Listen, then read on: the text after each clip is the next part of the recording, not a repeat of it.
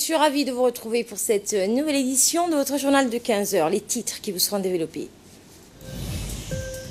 La 21e exposition et conférence Intermodal Africa 2019 s'est ouverte aujourd'hui au Kempinski Palace Hotel sous l'égide du chef de l'État. Et l'exploitation par Israël des ressources naturelles dans les territoires palestiniens occupés pour son propre usage est en violation directe de ses responsabilités juridiques, donc en tant que puissante occupante. C'est ce qu'a déclaré un expert indépendant de l'ONU. Bonjour et merci de nous accueillir chez vous. C'est sous l'égide du président de la République, Ismaël Omar Guelleh, que s'est ouvert ce matin la 21e exposition et conférence Intermodal Africa 2019. Cette conférence de haut niveau a rassemblé une trentaine de conférenciers de classe mondiale dans les domaines du transport et de la logistique qui vont donc discuter de questions d'actualité et de défis concernant le commerce international, les investissements mondiaux et régionaux. Cet événement, qui est à sa 21e édition, a vu la participation de plus de 500 professionnels, et notamment la fine fleur des dirigeants du port, ingénieurs du port, importateurs et exportateurs, patrons de compagnies maritimes, transitaires, entrepreneurs de logistique, sociétés de gestion de terminal, responsables de chemin de fer et fournisseurs d'équipements et de services portuaires. En Europe, donc au Moyen-Orient et en Afrique. À son arrivée, le président de la République et la première dame, présidente de l'UNFD, Mme Khadra Mohamed Hed, ont visité donc les stands d'exposition des différentes architectures portuaires, des transports maritimes et autres sous les lustres donc de la grande salle de conférence dite Nahel. Cette exposition est aussi une occasion aux exposants et sponsors de nouer des contacts directs avec les délégués face à face lors de cet événement annuel majeur du Salon du commerce et des conférences sur le transport maritime international pour l'Afrique. À la fin donc des interventions, le chef de l'État Ismaël Omar Guelleh s'est vu attribuer un prix de remerciement en qualité d'invité d'honneur digne de son rang.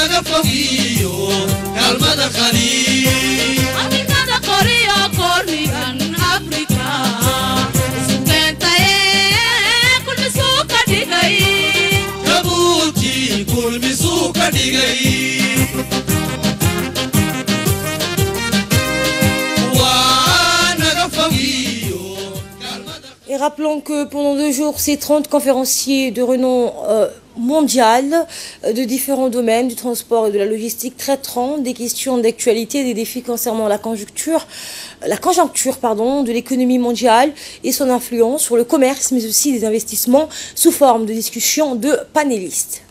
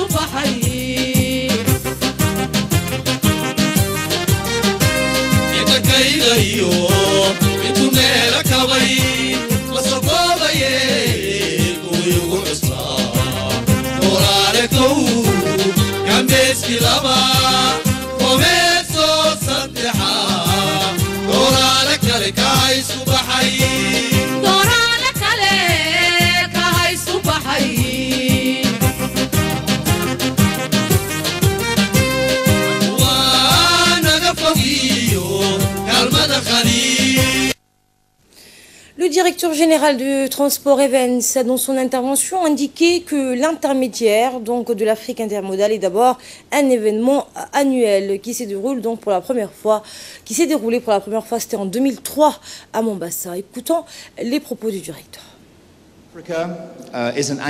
L'intermédiaire de l'Afrique intermodale est d'abord un événement annuel, comme l'a mentionné mon collègue. Il s'est déroulé pour la première fois à Mombasa en 2003. Depuis lors, cet événement annuel s'est déroulé dans 14 pays d'Afrique. Aujourd'hui, j'ai le plaisir d'annoncer que nous avons 270 délégués. Mais en regardant la taille du public d'aujourd'hui, je pense qu'il s'agit bien de plus de 300 personnes de 22 pays différents. La visite technique du site du port de Djibouti a été exceptionnelle. Franchement, le terminal pour le transport en vrac de votre incroyable terminal à conteneurs, le DMP et votre nouvelle connexion ferroviaire et bien sûr l'énorme zone de libre-échange international de Djibouti qui, selon moi, nécessitera tout un système de GPS. Et pour sa part, le président de l'autorité des ports et des zones franches, Aboubakar Al-Hadi, s'est dit heureux d'accueillir les experts du monde entier pour discuter des tendances et des défis du transport et de la logistique dans le monde. On l'écoute. Nous accueillons aujourd'hui des experts du monde entier pour discuter des tendances et des défis du transport et de la logistique dans le monde. Djibouti est fier de vous accueillir tous. Nous nous réunissons à un moment important pour nos industries et le commerce mondial. Plus généralement, l'économie mondiale se trouve à un tournant décisif. Tous les étrangers entre les pays étaient habitués à se séparer du point de l'ordre du jour global. Mais l'ancien dirigeant a flotté. Les nouveaux avancements, le continent africain se développe rapidement. L'économie la plus dynamique au monde, selon la FMI, 6 des 10 économies à forte croissance se trouvent en Afrique. La population de l'Afrique devrait également atteindre le 2,5 milliards d'habitants d'ici 2050. L'Afrique est l'avenir de la croissance. Le continent est également situé au cœur des routes commerciales mondiales. Ce fait le lien vital entre l'Amérique, l'Europe, l'Asie, malgré les mutations difficiles et les dynamiques mondiales en mutation. L'importance du commerce maritime pour la croissance mondiale reste constante. L'Afrique est au cœur de la croissance de la logistique et du commerce dans le monde. Nous sommes fiers de jouer un rôle essentiel dans la croissance de l'Afrique. Nous conduisons à nos capacités logistiques en Afrique et pour l'Afrique. Nous restons toujours sur l'une des 2 routes maritimes les plus fréquentées au monde. 90% du commerce mondial s'est fait par voie maritime. Nous reconnaissons que cette position nous procure un avantage. Le président Nguélé a indiqué dans la première partie de son discours fait en anglais pour l'occasion que notre pays a réalisé des progrès significatifs et a beaucoup investi dans les infrastructures. Ce secteur est une priorité pour le développement de notre plateforme logistique multimodale. Voici la suite du discours du chef de l'État traduit par Samat El-Saïd. الصلاة والسلام على رسوله الأمين سيدنا وحبيبنا محمد صلى الله عليه وسلم. Ladies and gentlemen, distinguished guests, c'est un grand privilège pour moi aujourd'hui de partager cette occasion avec vous, de vous souhaiter la bienvenue à notre premier forum exposition économique intermodale pour l'Afrique à Djibouti, le plus grand du genre en Afrique, avec plus de 22 pays représentés ici aujourd'hui. Nous devrions donc saisir cette occasion pour discuter de ce que nous avons accompli, mais plus important encore, pour trouver le meilleur moyen de tirer parti des opportunités que notre continent offre aux investisseurs, notamment en ce qui concerne la chaîne de valeur du transport et de la logistique. Djibouti a réalisé des progrès significatifs. À cet égard, nous avons beaucoup investi dans les infrastructures et avons mis au rang de priorité le développement de notre plateforme logistique multimodale, ainsi que des secteurs clés tels que les sources d'énergie propres et abordables à une infrastructure éthique robuste pour que cette transition économique devienne une réalité. Nous avons également apporté d'importants changements à la politique pour rendre l'environnement de l'entreprise plus efficace et plus facile pour tous les investisseurs. En conséquence, au cours des 2 dernières années, seulement nous avons gagné 44 places sur l'indice de performance logistique de la Banque mondiale, 55e place sur l'indice Doing Business, et nous avons également été classés 4e pays le plus connecté de l'Afrique en matière de transport maritime, après le Maroc, l'Afrique du Sud et l'Égypte. Toutefois, nous sommes également ici aujourd'hui pour aborder les problèmes sous-jacents qui continuent de menacer notre croissance malgré les grandes réalisations de ces dernières années. À cet égard, les déficits d'infrastructures de notre continent est, à mon sens, le plus important obstacle à notre transformation économique. J'espère donc que de ces forums comme celui-ci pourront nous aider à trouver des solutions novatrices à ces problèmes.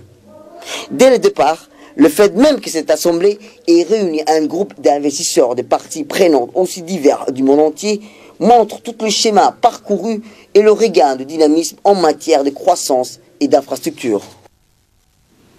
Le président Nguélé a poursuivi son discours précisant que notre pays ambitionne de devenir un hub maritime international. Écoutons la suite de l'intervention du président de la République. Gentlemen, distinguished guests, in Djibouti, our ambition and our vision has been À Djibouti, notre ambition et notre vision a été de devenir un hub maritime international, offrant à tous les services liés à la logistique et au transport, du déchargement au soûtage, à la réparation et au changement d'équipage. Conformément à ces stratégies, nous continuons de développer nos ports ainsi que les transports ferroviaires et routiers, ainsi que le fret aérien. Le fret total transitant par Djibouti représente une valeur plus de 31 milliards de dollars américains en 2018. Notre prochaine étape consiste à tirer parti de notre plateforme logistique multimodale pour transformer les marchandises à l'intérieur de nos frontières et ajouter de la valeur avant de les exporter. Dans cet objectif, nous nous sommes fixés pour objectif de devenir une plaque tournante de la production à un point d'entrée important sur le reste du continent. Je suis donc très heureux que nos efforts aient été reconnus, ressentis dans toute notre région et voudrons inviter à tous les investisseurs et les entrepreneurs à se tourner vers Djibouti en tant que lieu d'affaires de la création de richesses. J'aimerais aussi que vous profitiez de cette occasion pour approfondir vos recherches de solutions de financement innovantes et investir dans les infrastructures du continent, car je peux vous assurer que le rendement sera considérable. L'Afrique est le continent de la croissance et par conséquent le rendement dépassant de loin les risques, en particulier en ce qui concerne les investissements dans les infrastructures lorsque nous concluons le bon accord avec les bons partenaires. Mesdames et messieurs, invités distingués, je suis très heureux que le paradigme du développement ait finalement changé et nous convenons maintenant que nous pouvons créer un cercle vertueux de croissance et de développement, que si nous créons des emplois, et de la richesse grâce au commerce, à la production et aux investissements dans les infrastructures ainsi que dans les secteurs financiers inclusifs, alors seulement l'effet sera ressenti sur les secteurs sociaux. Je vous souhaite à tous un forum très fructueux et productif. Le président de la République, Ismaël Omar Guelleh, a reçu aujourd'hui au palais présidentiel un émissaire de son homologue mauritanien, Mohamed Ould Abdelaziz. L'émissaire mauritanien reçu M. Saïd Mohamed Waled, qui n'est autre que le ministre de la Culture et de l'Industrie de ce pays, était porteur d'un message écrit de son président. Djibouti et la Mauritanie entretiennent des relations au beau fixe. Les deux pays aiguisent régulièrement leurs liens d'amitié et de coopération au sein de leur appartenance commune à plusieurs structures et organisations dans la Ligue arabe et l'Union africaine. En matière de relations bilatérales aussi, les deux pays entretiennent des partenariats et échanges fructueux sur plusieurs dossiers d'intérêt commun. Le déplacement que le ministre mauritanien de la Culture et de l'Industrie effectue à Djibouti, aujourd'hui à Djibouti, participe d'ailleurs de cette volonté commune des deux pays à accentuer et à renforcer leur niveau de contact, de concertation et d'échange. Le ministre djiboutien des Affaires étrangères et de la coopération internationale, Mohamed Ali Youssouf, a pris part à la rencontre entre le président de la République, Ismaël Omar Guelleh, et le ministre mauritanien de la Culture et de l'Industrie. Écoutons justement le compte-rendu, le point nous est fait par le porte-parole du gouvernement, d'ailleurs, Mohamed Ali Youssouf. Les relations entre la République islamique de Mauritanie et la République de Djibouti sont des relations qui sont au beau fixe depuis des années déjà. Nous entretenons des relations de coopération, de partenariat dans le cadre de la Ligue arabe et ainsi que dans le cadre de l'Union africaine. Au niveau bilatéral également, nos consultations se poursuivent sur beaucoup de sujets d'intérêt commun. Aujourd'hui, le président de la République vient de recevoir un message écrit de son frère, le président Ould Abdelaziz, et je crois que c'est une étape encore qui permet d'envisager encore davantage de nouvelles perspectives dans le cadre de ces relations. Voilà un peu globalement ce qu'on peut dire à ce stade-là. Voilà donc le compte rendu sur cet entretien fait par le ministre des Affaires étrangères. Tout à fait autre chose, c'est sous l'égide du ministre de la Communication, chargé des postes et des télécommunications, Abdi Youssef Segué, que s'est ouverte la 7e réunion du Conseil africain des régulateurs ce matin au Kempinski Palace Hotel. Cette réunion, qui va durer pendant 2 jours, a rassemblé les cadres du ministère de la Communication, mais aussi des ingénieurs et autres venus des pays membres de l'Alliance Smart Africa. Objectif, faire le point sur la mise en œuvre du réseau Africa unique initié par Smart Africa, qui est une alliance entre des gouvernements africains qui vise à assurer un accès abordable aux larges bandes et aux technologies de l'information et de la communication à travers la construction d'infrastructures de télécommunications africaines qui permettraient de connecter toute l'Afrique. Composé de 24 pays membres, ce conseil est hébergé trimestriellement par un des pays de l'Alliance et constitue un organe consultatif qui a pour objectif d'harmoniser les politiques et les cadres réglementaires en termes de télécommunications, tout en renforçant la coopération africaine. C'est aussi un espace qui représente un marché de plus de 600 millions de personnes et autant d'opportunités que des citoyens. Dans leurs allocutions, Didier Nukurimfa, directeur de l'innovation et de la technique Smart Africa, et Lynn Mombo, président du Conseil des régulateurs, ont remercié l'accueil qui leur a été réservé. Ils ont tous les deux précisé l'importance que revêt cette 7e réunion qui s'est ouverte aujourd'hui, qui se poursuit d'ailleurs jusqu'à demain. Quant à lui, le ministre de la Communication, Abdi Youssef Segué, il a souligné que l'importance de cette 7e réunion et les questions à l'ordre du jour. Nous l'écoutons pour plus d'infos. En premier lieu, je vous adresse aussi et vous transmets les encouragements et le soutien du président de la République de Djibouti, son Excellence, M. Ismaël Omar Guelleh. Nous sommes fiers de vous accueillir aujourd'hui à Djibouti pour prendre part à cette rencontre qui revêt une grande importance pour l'espace Smart Africa, car il s'agit d'attirer notre attention sur les problèmes, les priorités et les besoins de nos pays respectifs en matière de développement des TIC. L'importance que nous attachons à ces rencontres qui se tiennent une fois par trimestre est effectivement illustré par le nombre important des participants des pays membres de l'Alliance Smart Africa. Mesdames et messieurs, la croissance des TIC en Afrique est phénoménale jour après jour, tout particulièrement dans le secteur mobile. En effet, en Afrique, près de 70% de la population est dotée d'un mobile, outil privilégié de communication, et devient le premier canal transactionnel dans le monde. Mais la cherté des communications depuis l'international freine nos échanges et le développement d'un marché commun pour l'espace Smart Africa. La facilité et la réduction des coûts d'appel à l'international sont des préoccupations majeures de nos concitoyens et cela a notamment conduit le secrétariat du Smart Africa à s'intéresser à la révision du cadre réglementaire pour la mise en place d'un réseau africain unique.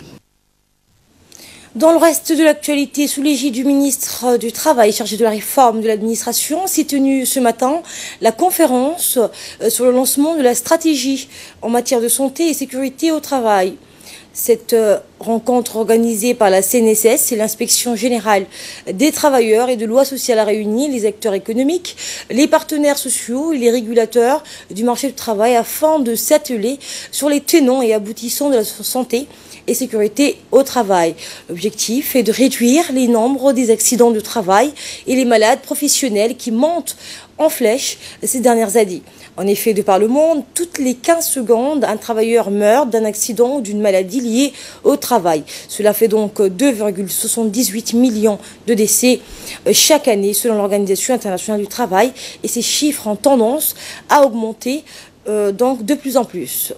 Eh bien, en général, les raisons de cette recrudescence sont souvent imputées au non-respect des dispositions textuelles en matière de sécurité et santé au travail et d'un manque d'une politique de prévention. La conférence était présidée par le ministre du Travail chargé de la réforme, Hassan Idriss Samlié, a vu la participation du secrétaire général du ministère du Travail, Abdillahi Ali Mohamed, de la directrice générale de la CNSS, Deqa Ahmed Rableh, du président de l'UGTD, Saïd Younis, que je propose de l'écouter. Organisé par la Caisse nationale de sécurité sociale en collaboration avec l'inspecteur du travail, avec l'OIT, constitue la première du genre qui répond pleinement constant de notre pays à la recherche des solutions universelles, entendues comme contribuant à une véritable amélioration de la santé et la sécurité du travail. La santé est une priorité. La santé rime également avec le développement. Des travailleurs malades, c'est un manque à gagner pour nous autres employeurs. Des étudiants malades, c'est aussi important. Et la santé est une affaire de tous. Et de son côté, le représentant de l'OMS à Djibouti, Dr Ahmed Zouetten, a indiqué dans son intervention les conséquences de ces accidents de travail et des maladies professionnelles qui sont préjudiciables sur le plan professionnel, mais aussi financier, tant pour l'employeur que pour le salarié. Nous l'écoutons. 50% des habitants de la planète qui sont des travailleurs. Les autres sont ou des enfants ou malheureusement ne sont pas encore à l'âge des travailleurs. Mais la santé des travailleurs, elle est déterminée en général par des facteurs de risque professionnels, certes, c'est ce que je vois qu'on est en train de discuter ici, mais aussi par des facteurs individuels et par l'accès aux services de santé, eux-mêmes liés à des facteurs sociaux et aux conditions d'emploi. À l'OMS, on préfère parler de la santé au travail que de parler de la santé du travail. Une symbiose parfaite qu'on souhaiterait avoir sous d'autres cieux et qui constitue pour Djibouti une garantie pour aller de l'avant dans la promotion du système de sécurité et santé au travail. Selon les estimations les plus récentes publiées par l'Organisation internationale du travail, 2,8 millions de travailleurs meurent chaque année par suite d'accidents et de maladies liées au travail. 86% de ces décès sont dus à des maladies liées au travail, alors que 13,7% résultent des accidents. Le ministre du Travail, chargé de la réforme de l'administration, Hassan Idriss Samri, a indiqué pour sa part que la santé et la sécurité au travail participent de l'œuvre du développement économique et sont d'une haute priorité pour les partenaires sociaux. La vie dans le milieu du travail est ponctuée parfois de drames. Le travailleur qui exerce, a-t-il dit, un métier vit sous la menace d'un accident, d'une maladie professionnelle et est exposé à toutes sortes de risques. Écoutons le ministre. Je félicite les institutions qui ont contribué à la réussite de cette initiative.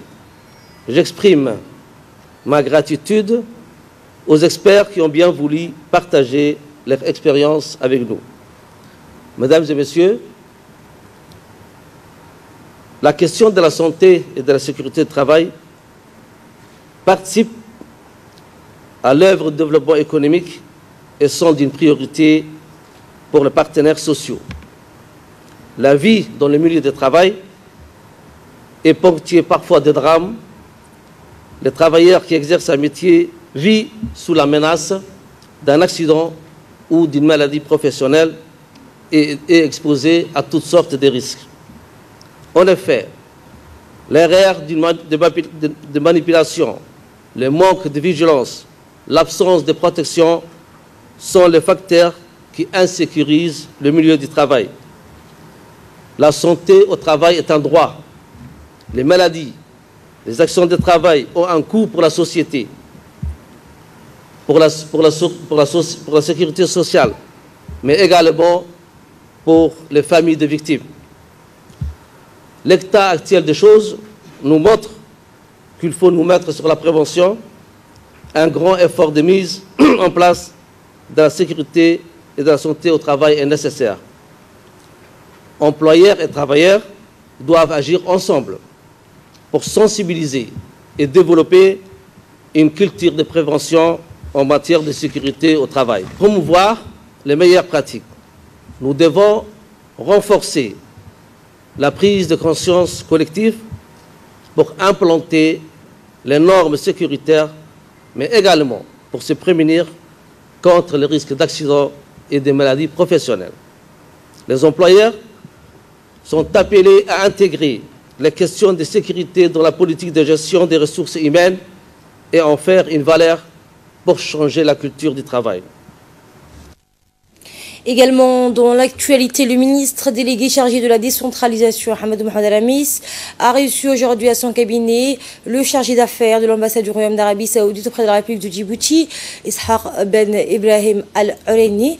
À cette occasion, le ministre a présenté à son interlocuteur les activités entreprises en cours ou projetées de son département pour répondre aux attentes de la population, et ce dans le droit fil de la feuille de route tracée par le président de la République, Ismaïl Omar Guelleh, lequel accorde, a-t-il précisé à son interlocuteur, une grande importance à la décentralisation dans le cadre de son nouveau mandat à la tête du pays entamé en 2016. Le ministre a formulé auprès de son interlocuteur les souhaits de bénéficier de la coopération du Royaume frère de l'Arabie Saoudite. À son tour, le diplomate saoudien a remercié le ministre pour son accueil et la clarté de sa présentation, laquelle, a-t-il dit, dégage de sa part un profond engagement pour s'acquitter de ses missions. Il a rappelé que la République de Djibouti est un pays ami du Royaume d'Arabie Saoudite et qui bénéficie de son aide depuis son accession à l'indépendance. Il a assuré le ministre toute sa disponibilité à collaborer et à appuyer les requêtes de son département auprès du gouvernement de son pays.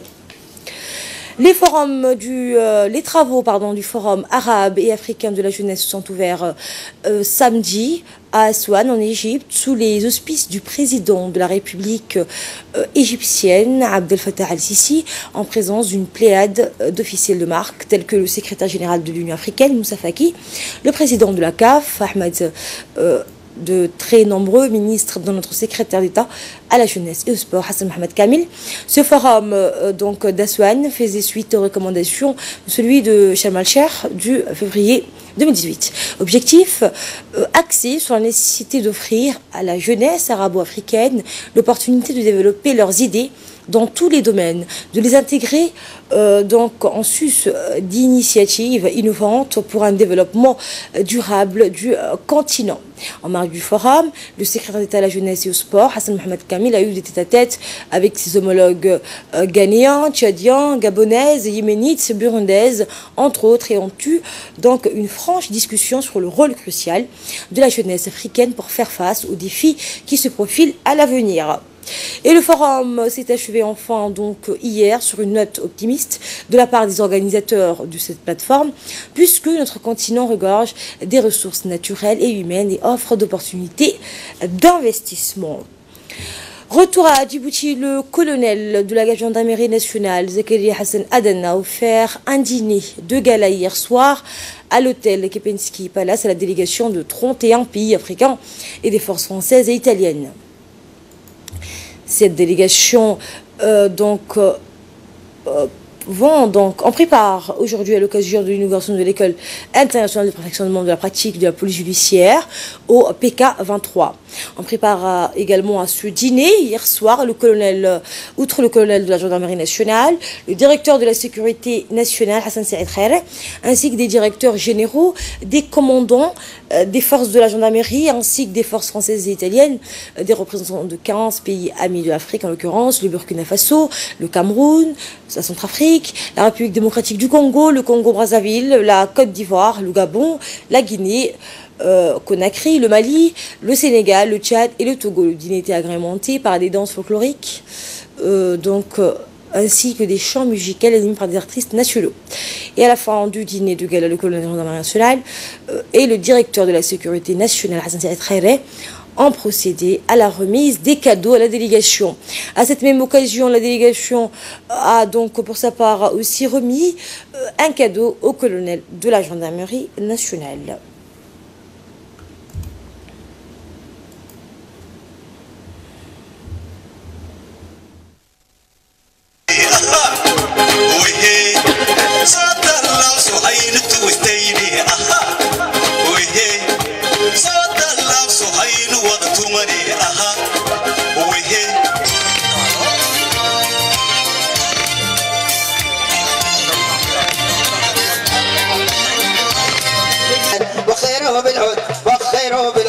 والله بيحني والله بيحني والله بيحني والله بيحني والله بيحني.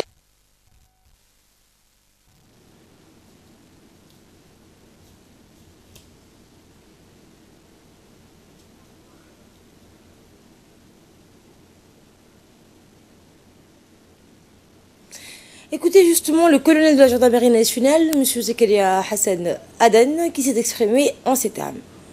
Perfectionnement à la pratique de la police judiciaire, qui a ambition de devenir une référence en matière de formation en police judiciaire, au profit de l'ensemble des professionnels de la sécurité intérieure de nos pays, surtout du continent africain.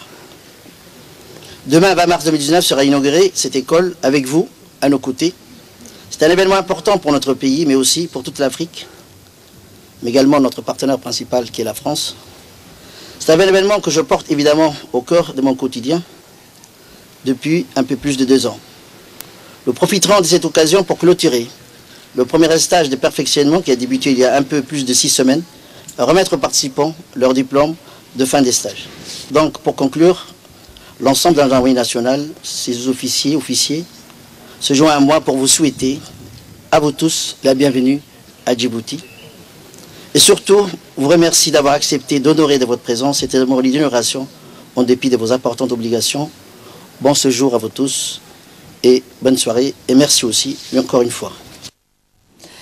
En bref, et en images, les plus de collaboration avec le ministère de l'Environnement a organisé hier matin un atelier de sensibilisation du programme de microfinancement du Fonds pour l'environnement mondial. Eh bien, l'atelier a pour objectif de trouver des solutions locales aux problèmes environnementaux globaux et de réduire la pauvreté.